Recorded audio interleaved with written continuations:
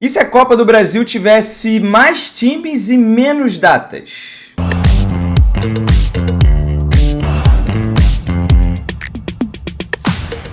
Fala, rapaziada, mais um vídeo no canal do Canedo, chegando com Copa do Brasil. Hoje, no momento que eu estou gravando, terça-feira, começam os jogos da terceira fase, e é a primeira fase de volta, e é a primeira fase com entrada de times que jogam a Libertadores, etc. Então é uma fase nova ali da Copa do Brasil, um estágio adiante. Porém, por conta aí de um sorteio dirigido, temos muitos confrontos que não chamam a atenção, ainda não são aqueles confrontos de peso. Tem muito time de Série A que vai enfrentar time de Série C, Série D. Dá um exemplo aqui, né? Teremos Operário e Vasco, Fluminense e Aparecidense, Botafogo e Capital do Distrito Federal, Internacional e Maracanã, Galo e Atlético Mineiro, Flamengo e Botafogo da Paraíba, São Paulo e Náutico, Corinthians e Novo Horizontino, que já se conhecem muito bem de Campeonato Paulista, entre outros jogos, né, de enfrentamentos de clubes de divisões diferentes. E essa fase tem jogos de ida e volta. Periga que alguns desses confrontos já sejam decididos nos jogos de ida, ou, o que eu acho um pouquinho mais incômodo, pensando aqui na dinâmica de Copa e de decisão, que os clubes mais fortes, né, com melhor elenco, já vão encarando ou o jogo de ida ou o jogo de volta com uma possibilidade de não levar titulares. Até porque a gente conhece a realidade do calendário do futebol brasileiro. Sempre que houver uma janela para poupar, interessante, vale a pena. Mas eu gostaria que a gente olhasse talvez para a Copa do Brasil, que é, cara, um torneio maravilhoso, eu amo, pensando aqui em maneiras de tornar ainda mais atrativo. E aí, talvez, se os jogos fossem apenas de ida e não ida e volta, você economizaria uma data aí do calendário, que poderia ser aproveitada de outra maneira, e também você iria provavelmente com força máxima, perigando não dar tudo errado naquele jogo e você ser eliminado cedo. É uma dinâmica que funciona já em Copas do mundo inteiro. Algumas eu não consigo entender quando colocam ida e volta só na semifinal, mas eu até peguei uns exemplos aqui e no fim desse vídeo também, ao longo do vídeo, vou dar a minha sugestão de mudança na Copa do Brasil. Antes, por favor, né, até esqueci, se inscreva aí no canal, ative o sininho, compartilhe, curta o vídeo. Ativar o sininho é o mais importante. Na verdade, o mais importante é se inscrever, é fazer tudo, né? Mas ativar o sininho é legal porque você recebe o alerta na hora que o vídeo sobe e eu, como eu estou explicado, não consegui ainda ter aquela rotina todo dia, meio-dia, todo dia, 7 horas da noite sai o vídeo, etc. Como outros canais super profissionais já fazem, aqui a gente está engateando, a gente vai chegar lá, mas ativa o sininho então para dar moral, e aí você entra, assiste ou guarda o link, seja o que for, o que puder ajudar aqui para consumir o conteúdo. Inclusive, aceito sugestões também de temas, quadros e qualquer outra coisa aqui nos comentários. Vamos lá. Separei aqui 2 Copas para fazer uma comparação. A Copa do Brasil hoje tem 92 clubes. É uma quantidade boa, razoável, porém, se a gente levar em consideração o tamanho do Brasil, o número de clubes e até mesmo o número de divisões que a gente tem, é um número que pode crescer, pode melhorar ainda bastante. Como, por exemplo, Copa da Inglaterra são 745 clubes. E olha a diferença de tamanho da Inglaterra para o Brasil. Que lá eles têm 9 divisões, 10 divisões. É óbvio que da quinta para baixo é tudo semiprofissional. Mas eles arrumaram um jeito de colocar uma Copa com 745 times. É o time do bairro tendo a chance de, na pirâmide ali da Copa, se for bem sucedido, se acontecer um milagre, ele poder enfrentar um time da Premier League, como já aconteceu em algumas ocasiões, times de quinta divisão para baixo, né? Naquela terceira rodada. Os times da Premier League e da Championship, que é a segunda divisão, eles entram quando sobram 64 clubes, nos 32 avos de final. E na Copa da França, que aí eu duvido que exista uma Copa no mundo mais democrática que essa, são mais de 5.100 times, mas explica-se, né? A Copa da França aceita times de todas as colônias, repúblicas, né? Então, assim, é time que para dar e vender, e times assim super amadores também do futebol francês.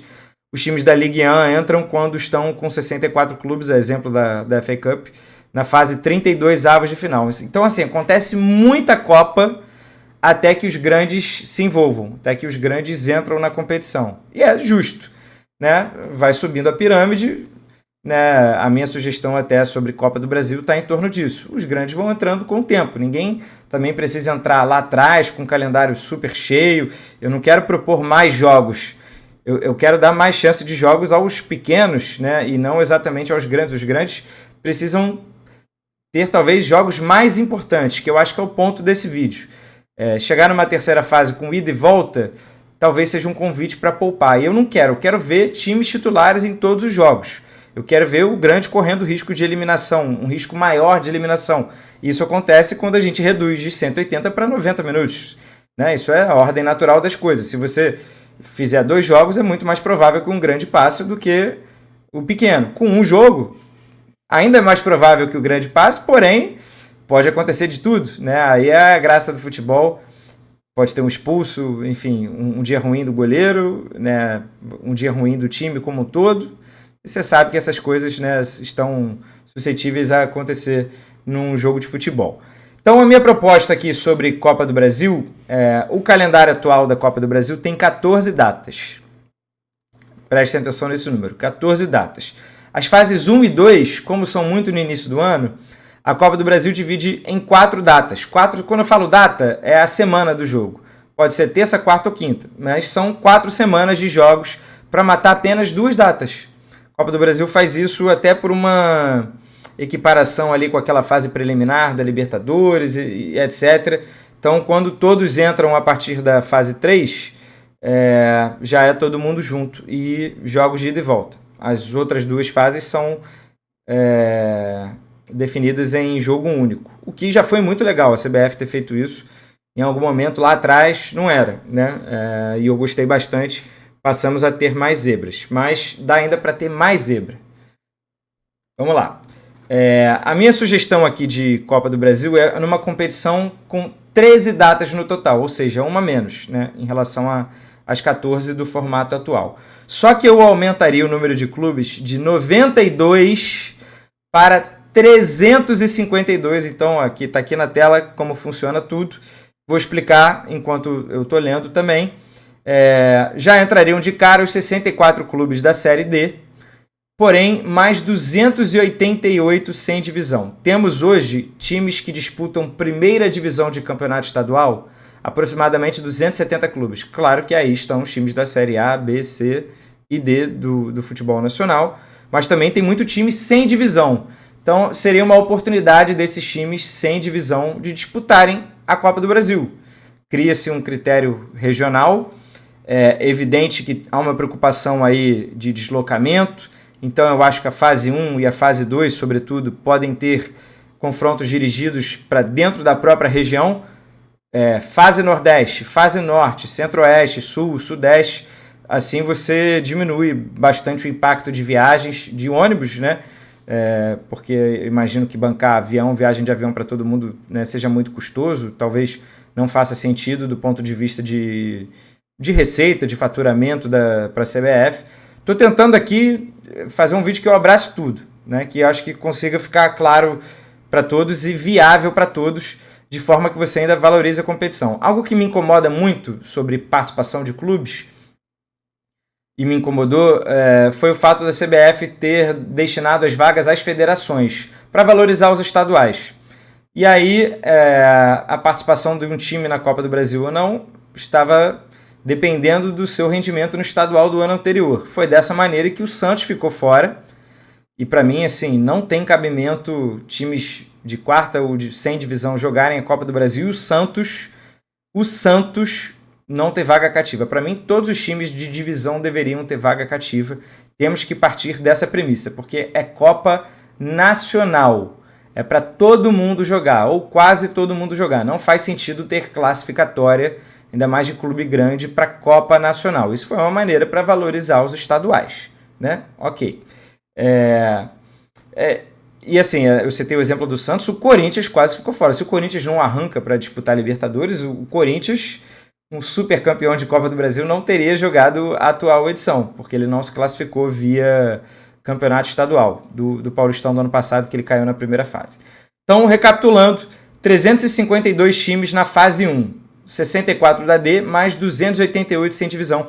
Essa matemática vai fazer sentido ali na frente, porque depois tem que ir reduzindo até chegarem os finalistas. Ó, jogo único, e eu adoraria que o sorteio não fosse dirigido.